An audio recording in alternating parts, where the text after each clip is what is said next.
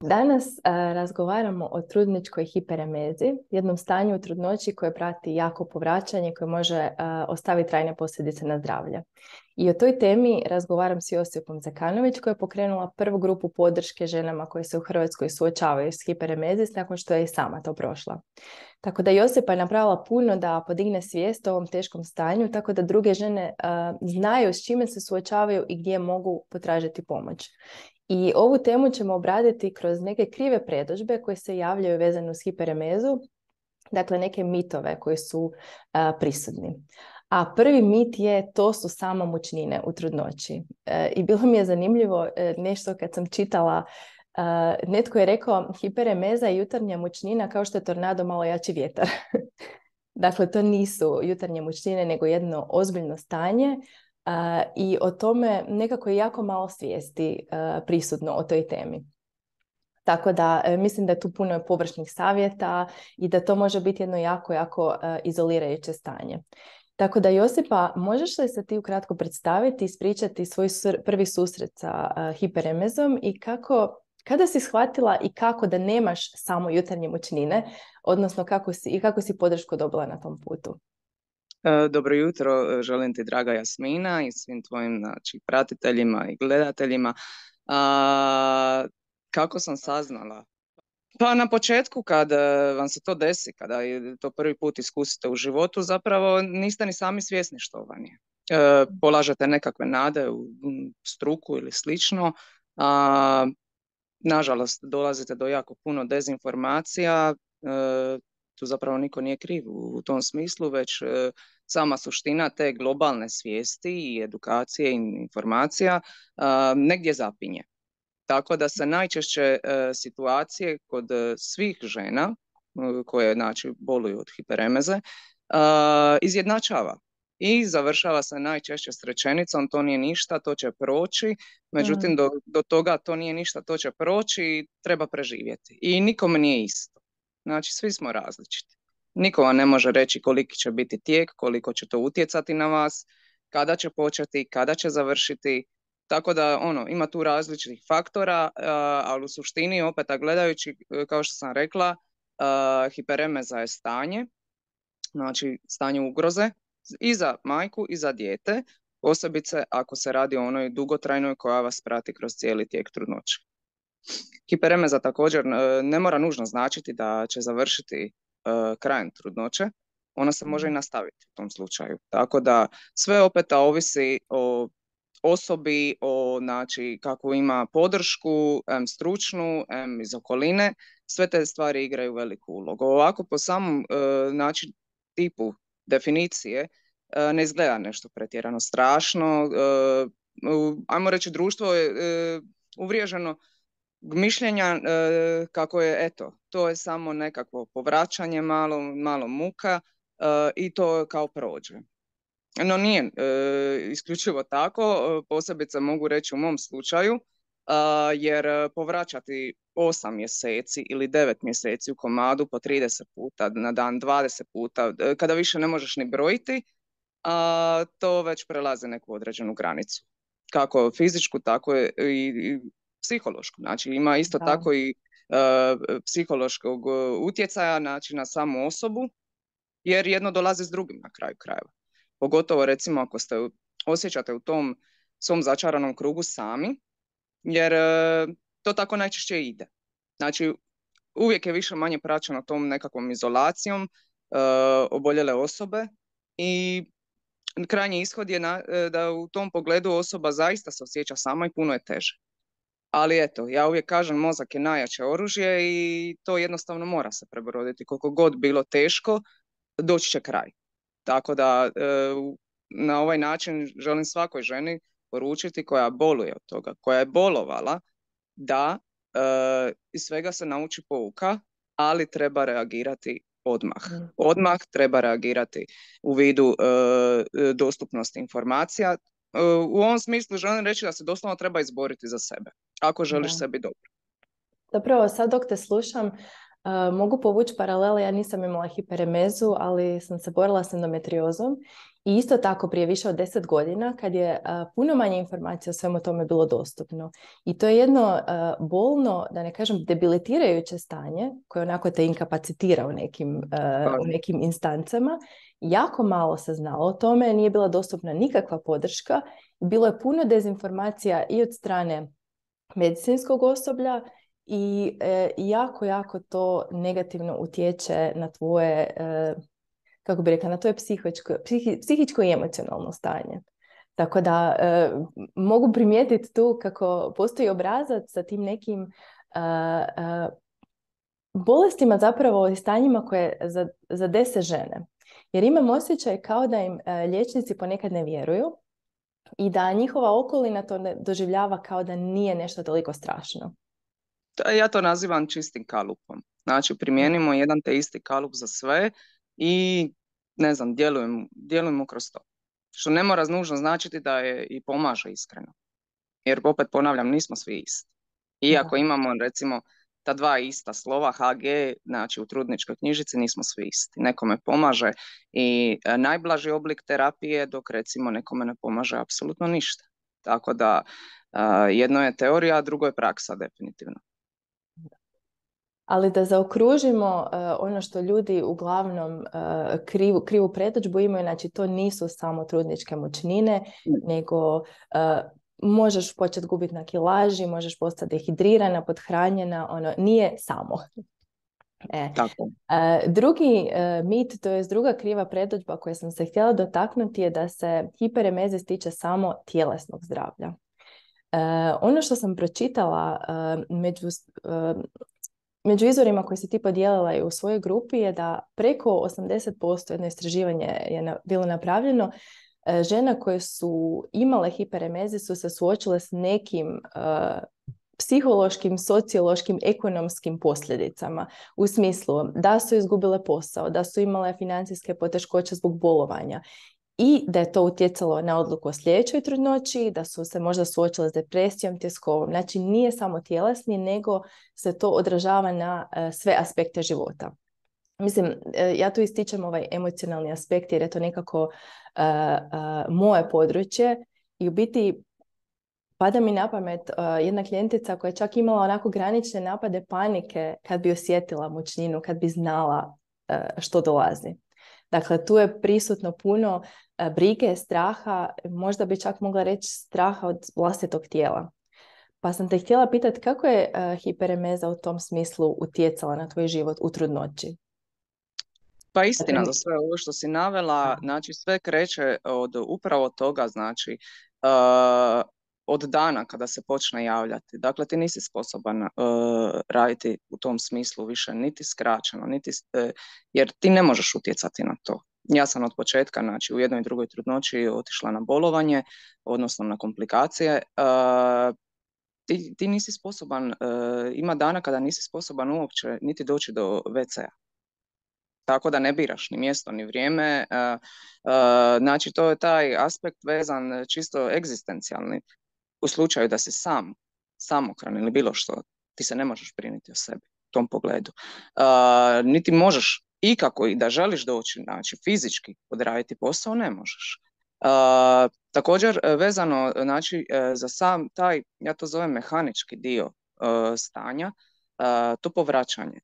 Ti panični napade i to ide jedno uz drugo. Zašto? Oni se uvijek javljaju, najčešće na kraju, iz razloga što tijelo samo sebe forsira u tom pogledu da izbaci ono što ne znam da li više uopće i posjeduje. Tako da to je u biti, ne znam kako bi opisala, boriš se u tom jednom povraćanju koje je nasilno, ja ga tako zovem, da ga završiš, da bude što manje bolno, opet ne možeš utjecati na to.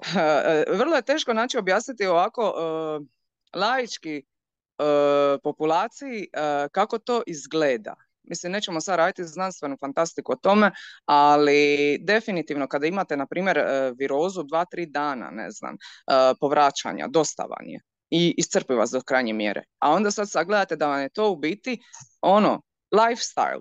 i da svaki dan vam ide od toga i to vam je doslovno zatvor. Osjećate se kao da odrađujete zatvorsku kaznu. I onda, ne znam, vjerujete u to da će prestati, a opet s druge strane nemate pojma o tome. I onda vam se dan, znači, sastoji od takozvanih dobrih i loših dana.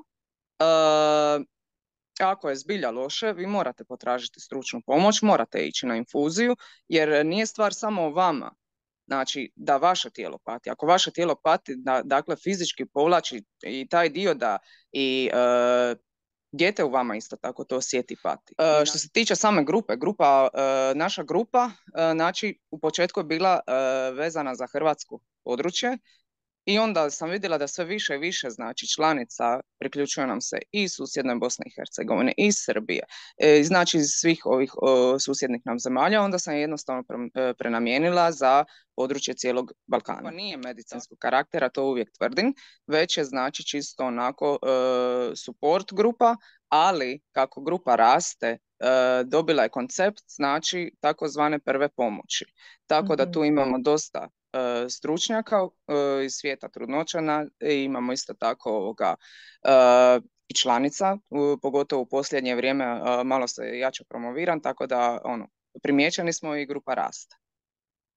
Pa i drago mi je da ideš u tom smjeru, zato što rekla si jednu važnu stvar kad si opisivala koliko je to teško iz dana u dan. Znači, to nije nešto što jedna osoba sama može prebroditi. Ni u fizičkom smislu, da, niti u emocionalnom. Tako da to nije problem trudnice, to je problem cijele zajednice, da tako kažemo.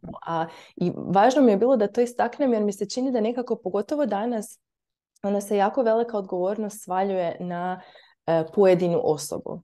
A ovo nije nešto što žena može pregrmiti sama. Zapravo, ja mislim da cijela trudnoća, porod, majčinstvo nije nešto što možemo same, a jako puno toga i dalje na nama. Dakle, sve više manje kreće od, ja to zovem primarna stanica vašeg liječnika.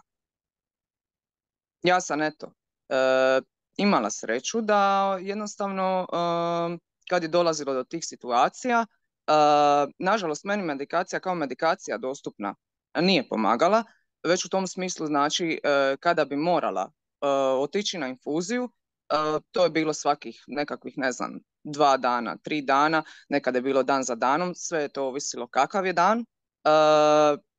Imala sam tu priliku dolaziti. U prvoj trudnoći, recimo, sa starijim sinom, tu sam bila više vezana, znači, za bolnicu, za taj hospitalni dio, tako da, ajmo reći, provodila sam puno vremena u bolnici, u tom smislu fizički. Dok recimo u ovoj drugoj više nisam to mogla podnijeti, jer to vam je opet jedan vid zatvora, samo na drugačiji način. Niste doma, nego ste zatočeni negdje na odjelu. I onda sam jednostavno u dogovoru imala tako, recimo, susretljivost od strane liječnika, da jednostavno sam mogla dolaziti. Jer ne znam kako bi uopće podnijela da me nema, recimo, po 20 dana doma, s obzirom da mi je ovo spada drugo dijete, a već imam starijeg sina o kojem se moram. Što se tiče moje situacije, druga trudnoća je bila puno teža nego prva. Puno.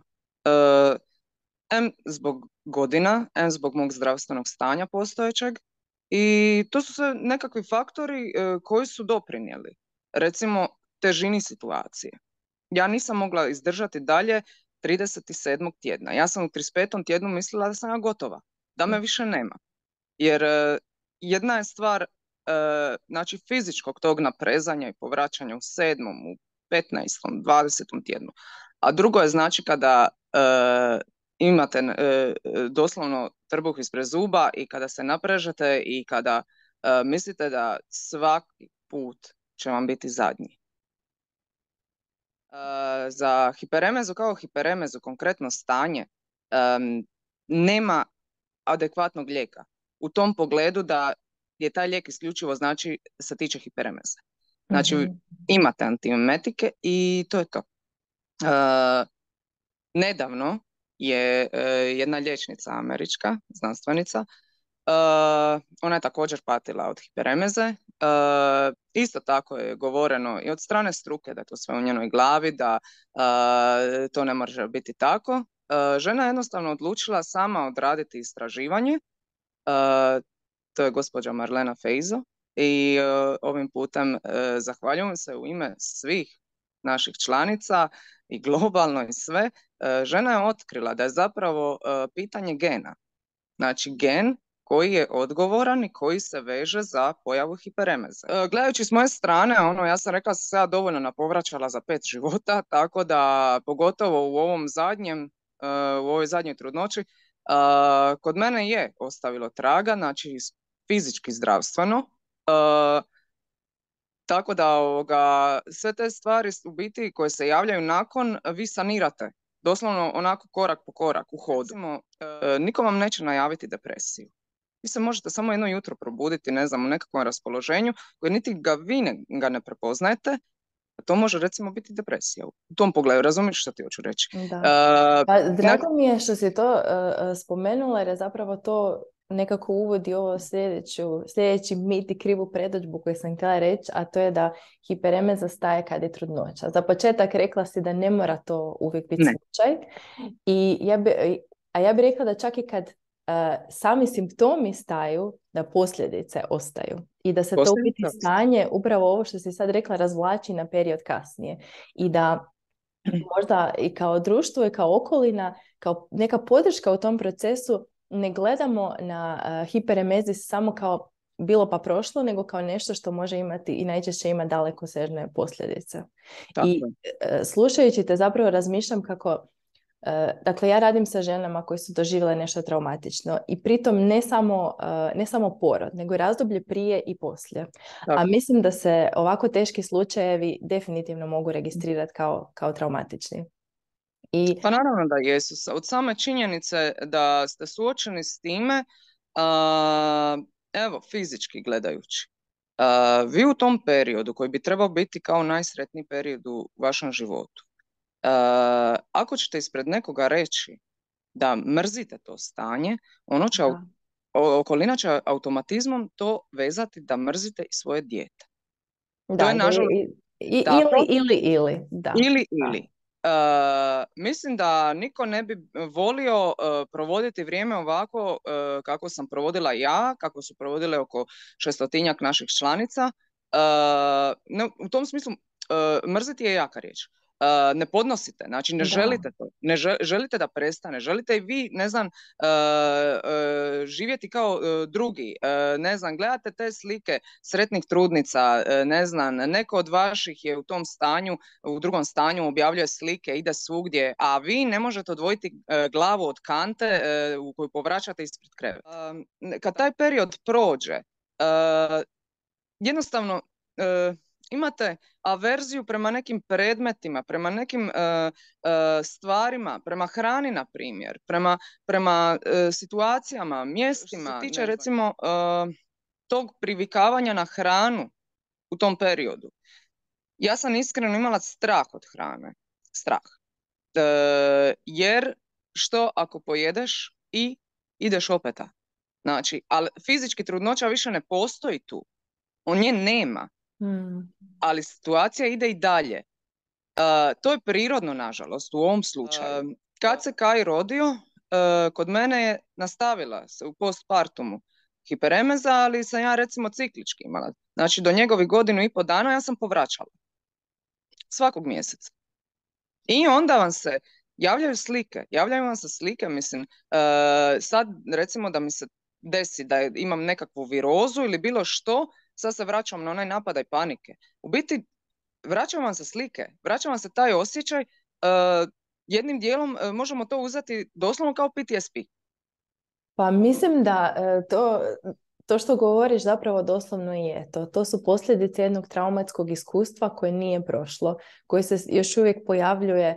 Ovo što si rekla zapravo su okidači, određena hrana, vidjeti neku odjeću koji te vraćaju u to stanje kao da nije prošlo, nego kao da se još uvijek događa. To je toliko kompleksno stanje gdje jednostavno cijela, znači sva ta okolina, bila ona stručna, bila ona primarna obitelj, bila partnerska veza, tu se mora imati potpore. I ovim putem upravo, znači, poručujem kako ovakvo stanje u 21. stoljeću ne smije biti tabu. Nikakav. Recimo u Hrvatskoj, gdje ćete vi naći psihološku pomoć vezano za trudnicu koja pati od toga? A da je recimo u sustavu, da je to dio sustava. U našoj grupi mi imamo to. Mi imamo znači centar s kojim surađujemo i na tome sam jako zahvalna i jako sretna, gdje žena može nazvati.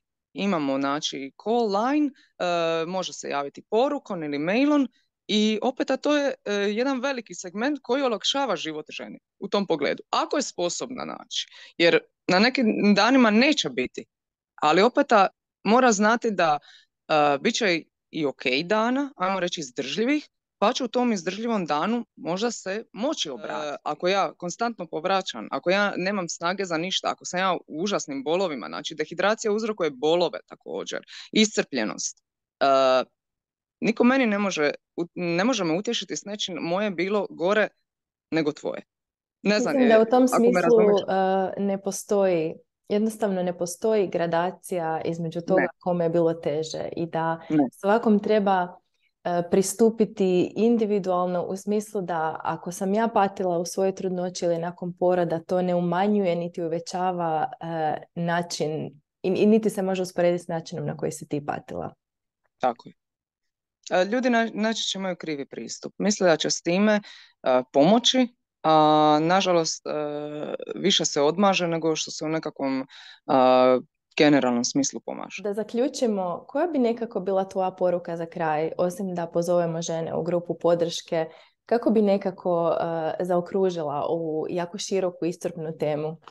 To što sam rekla već prije, jako važno biti informiran, to je primarno, znači morate znati što vam se događa, jako je važno čak i utjecati u tom pogledu da recimo ako imate ginekologa, ne znam, koji možda nije toliko upućen, da mu probate jednostavno na taj način objasniti da, ne znam, postoji izvor gdje se može educirati čisto vama da se pomogne, dobro, sad to opet sve ovisi način na koga ćete naići.